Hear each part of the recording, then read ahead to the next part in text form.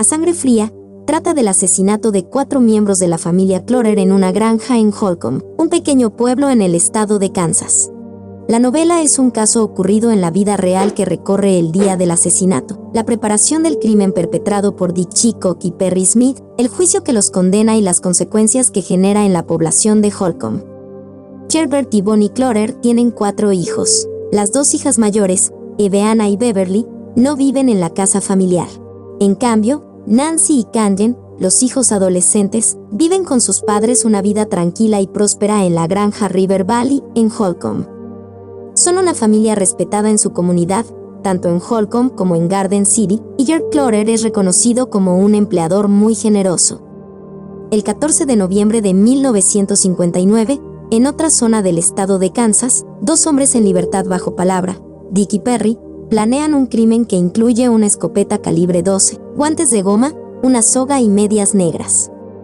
Durante ese día, manejan en dirección a Garden City y se dirigen a la medianoche a la granja de los Clorer. En la mañana del 15 de noviembre, 2 amigas de Nancy Clorer llegan a la casa y encuentran el cuerpo de Nancy en la planta alta, con un disparo en la cabeza. Las autoridades encuentran 3 cuerpos más.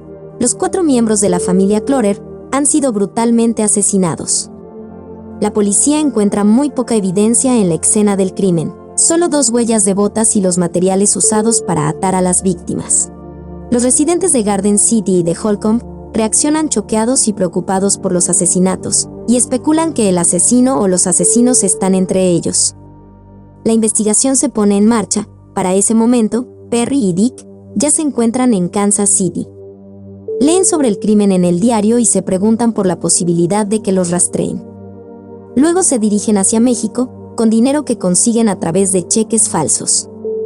Mientras, los detectives comienzan la búsqueda de evidencia física y de testimonios. El equipo de investigación recibe su primera pista de Floyd Wells, un antiguo empleado de Gert Clorer, que compartía celda con Dick en la cárcel de Kansas. Él le dijo a Dick que los Clorers guardaban una caja fuerte llena de dinero en su casa. Mientras tanto, los fugitivos vuelven a los Estados Unidos haciendo autostop y continúan vagando por el campo. La policía rastrea el auto robado que manejan y los captura, en Las Vegas, 6 semanas después de los asesinatos. Durante los interrogatorios, los detectives revelan gradualmente que los 2 hombres son sospechosos del cuádruple homicidio. Dick culpa a Perry por los 4 asesinatos.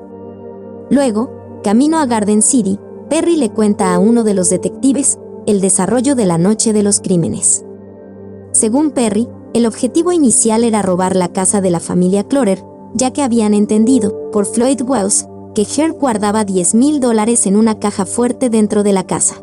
Cuando llegan y no encuentran la caja fuerte ni otras cosas de valor, Perry quiere abandonar la casa, pero Dick lo impulsa a quedarse y a seguir adelante. Perry intenta convencer a Dick de que no pueden realmente asesinar a los Clorer, pero se siente frustrado y enojado, y agarra un cuchillo, apoderado por una emoción repentina, y le corta la garganta a Gert Clorer. Luego dispara al resto de los integrantes de la familia y ambos escapan de la escena del crimen. Los hombres atraviesan su juicio en Garden City. Se someten a evaluaciones psiquiátricas que concluyen que ambos muestran señales definitivas de enfermedad mental, disfunción emocional. Diagnostican a Perry con una esquizofrenia paranoica y encuentran que Dick tiene un daño mental por un accidente de auto que ha sufrido en su juventud. En el caso de Perry, quien ha confesado haber asesinado a los 4 integrantes de la familia, los doctores concluyen que los asesinatos funcionan como una retribución inconsciente por todas las desgracias y decepciones de su vida. El estilo de vida inmaculado de los Clorer simboliza todo lo que el mundo le ha negado, y sus asesinatos son una respuesta casi automática frente a esa frustración. A pesar de estos diagnósticos, la Corte sostiene la ley Menaren, que no contempla las enfermedades mentales de los acusados.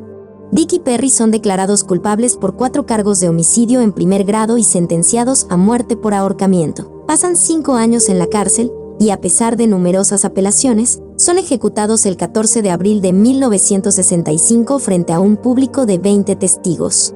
La última escena muestra al detective Alvin Dewey, líder de la investigación, visitando el cementerio en el que la familia Clorer ha sido enterrada.